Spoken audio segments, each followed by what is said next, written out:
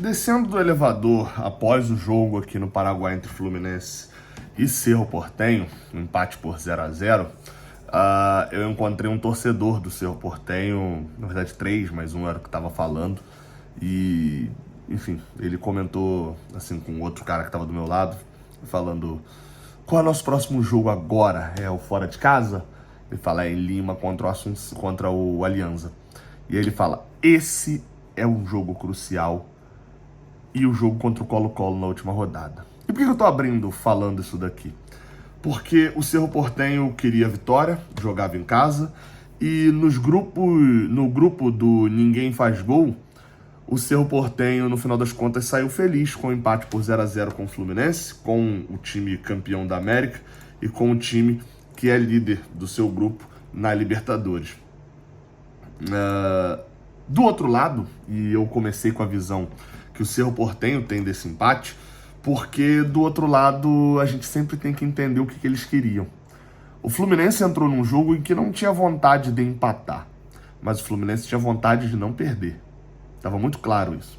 E eu comecei a minha análise olhando o Cerro, porque eles, friamente, eles não lamentam esse resultado. Eles acham bom. Eles empataram com um time que eles acham que eles não competem. A competição do Cerro Porteño, e esse torcedor representa muito isso para mim, é com Colo-Colo. A competição do Fluminense é com os dois, com Cerro e Colo-Colo, para não ser eliminado, obviamente, e ser primeiro do grupo. Fluminense até agora, e eu vou entrar na análise do jogo falando sobre isso, chega a um dado de 2 gols sofridos em 3 jogos, a 2 empates fora de casa e uma vitória em casa. Se o Fluminense tivesse feito isso na Libertadores do ano passado, tivesse feito aquele básico de ganhar as 3 em casa e empatar as 3 fora, teria feito 12 pontos na primeira fase, fez só 10. Tudo bem, tinham 2 jogos muito mais difíceis fora de casa. Ganhar do River no Monumental de Nunes, ou melhor, empatar com o River no Monumental de Nunes e empatar contra o The Strongest em La Paz, não eram tratados dessa maneira, né? Com essa tranquilidade e tal. Não, foram jogos, principalmente o do The Strongest, o Fluminense descartou. E dessa vez eram possíveis. E o jogo contra o Cerro Porteño passou muito por isso. Não tem como a gente analisar esse jogo sem pensar nessa estrutura que se dava previamente. O Colo-Colo tropeçou em casa com a Alianza Lima. O Fluminense com empate saía daqui líder e precisando só ganhar os 2 jogos em casa. Sendo que o jogo fora, que ele ainda tem, é um jogo complicadinho. Acho que com os 2 de casa ele não só garante a classificação, como provavelmente vai ser líder do grupo.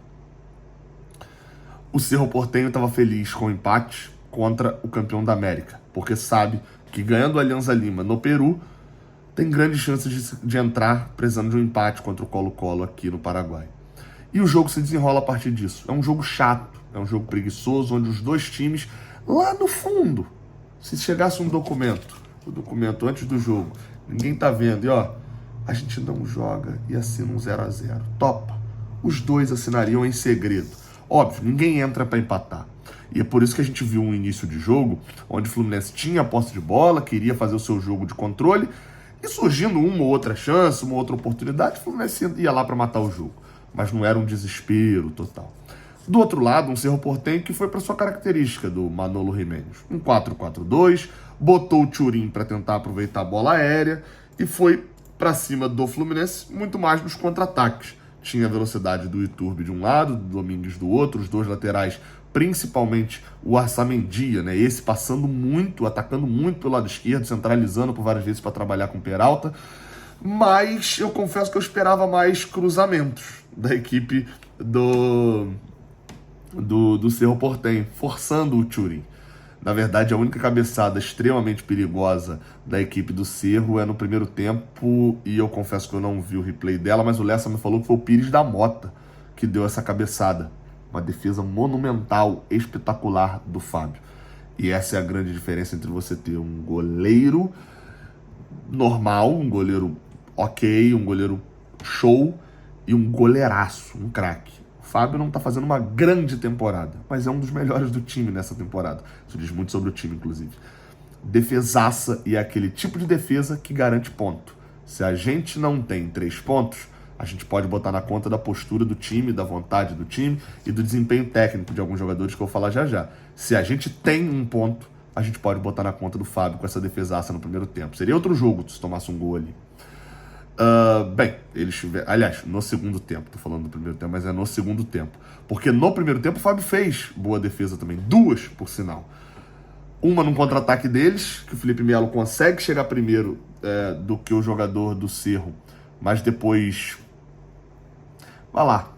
Não sei se foi falta. Não foi falta no Felipe Melo. O pouco que eu vi desse lance, não tem esse lance lá no replay, é só vendo o jogo inteiro para poder achar. Ele é tocado de uma maneira que se dá falta, mas não se daria um pênalti. E aí você fica no risco do árbitro. É um toquinho muito de leve na perna do Felipe Melo. Ele desaba e deixa a bola de presente pro Cerro Porteño dentro da área do Fluminense. O Fábio salva, espetacular. E o segundo lance que o Fábio também salva é um chute de fora da área do Pires da Mota. Já teve uma outra chegada perigosa pela direita do Cerro. Primeiro tempo é isso. O Fluminense tem essas 3 chances contra, mas tem um chute aleatório, maluco, de perna esquerda do Germancano de fora da área. O Jean vai fazer a defesa. É a única defesa do Jean no primeiro tempo. O segundo tempo, como eu falei, ele teve a cabeçada do Thurin. Mas o Fluminense perde um elemento no final do primeiro tempo. O André tá fazendo um bom jogo, melhor até do que o do Martinelli. Mas perde lesionado. Preocupa, a gente vai falar disso num giro de notícias. Entra o Lima e muda o perfil do jogo. Eles também perderam o André deles, né? Eles perderam o Morel e fizeram uma mudança meio que parecida com a nossa, né? Eles pegam o Peralta, que estava um pouco mais para frente, e botam para segundo volante, botando Vieira. De certa maneira é a mesma coisa, você pega um jogador de frente e bota no lugar de um cincão. Mudam os 2 times, mas a postura no segundo tempo não muda nada. E eu acho que fica até mais escancarada. O Cerro voltou pro segundo tempo para não perder pro Fluminense. O Fluminense voltou pro segundo tempo para não dar a bola pro Cerro. Quando bateu 15 minutos de jogo, tinha 95% de posse de bola. 15 minutos. Minutos do segundo tempo, tinha 15% de posse de bola o Fluminense. Perdão. 15 minutos, tinha 95% de posse de bola. 95%.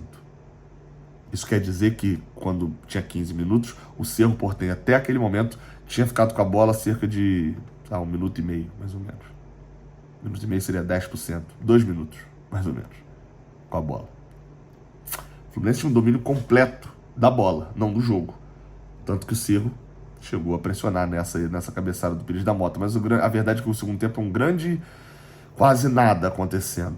O John Arias morto na esquerda, não jogando bem, perdendo quase todas. Óbvio, mas eles dobravam toda vez.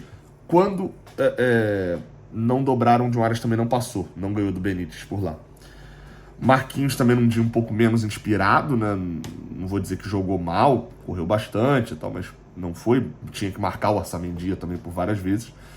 E era um Fluminense onde jogou com o Cerro Porteño. O jogo foi 0-0. Eu olho umas estatísticas aqui, tipo aquelas de gols esperados, né? E não chega nem a 0,5, né? Gol que se espera de determinado time ou jogador marque com base na qualidade e na quantidade de chutes a gol. Chegaram nem perto de fazer gol. As próprias finalizações no gol do Fluminense foi só aquela do Germancano, uma só, do Cerro 3. Foi um jogo muito fraco. O Fluminense teve chances? Teve. Teve o gol. Mal anulado, bem anulado. Vou discutir isso lá no giro de notícias. A questão é que o Fluminense tem uma chance numa bola parada de escanteio que rebate na área, o Cano chuta, a bola bate na mão, bate na coxa, sei lá, do John Arias, e ele chuta, a bola bate na trave, bate na cabeça do jogador do Cerro. Foi uma chance fortuita. Foi uma chance criada pelo Fluminense. O Cerro também pouco criou, tá? Trocou o Thurin pelo Edu, botou um centroavante um pouco mais de mobilidade.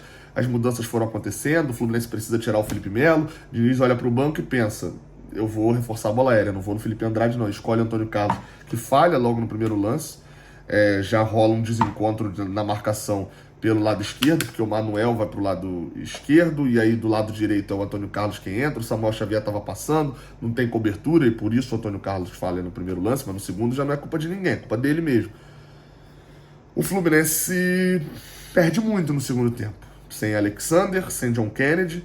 Lembrando que o John Kennedy ainda não jogou pela Libertadores do Fluminense. Das 5 partidas internacionais que o Fluminense jogou nesse ano, o John Kennedy atuou por cerca de 10, 15 minutos da Recopa, onde ele entra e é expulso contra a LDU. E estava suspenso no jogo de ida, estava suspenso nos 2 jogos iniciais da Libertadores e está suspenso, né? Por indisciplina agora nesse terceiro jogo. Tá fazendo falta. Na verdade, tá fazendo falta no ano o John Kennedy. E hoje fez falta. Por quê fez falta o John Kennedy? O Fluminense, se você pegar o gol contra a LDU, e tem um vídeo de análise tática aqui no canal explicando isso com imagens, eu vou usar isso para poder fechar esse jogo, falar até falando das mexidas do Diniz.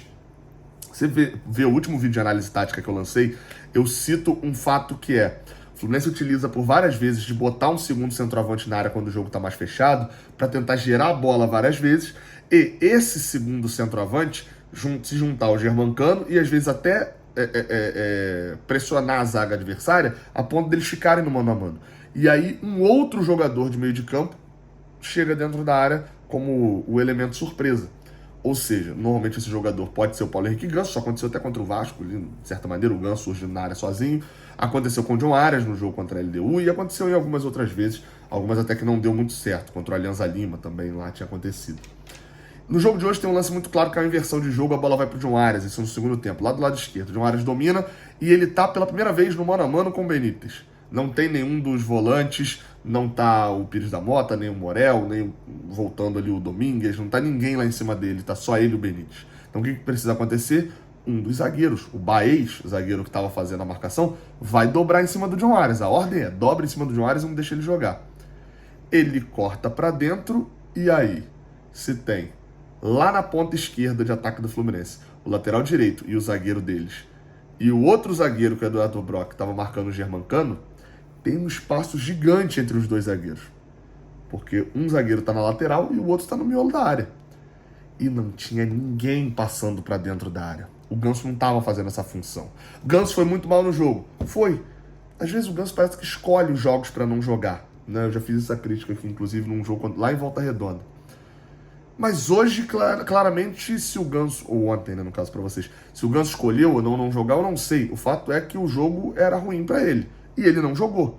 E esse era o lance dele aparecer dentro da área. Ou, se o Fluminense tivesse, o segundo atacante, né, o segundo centroavante, aparecer sozinho dentro da área.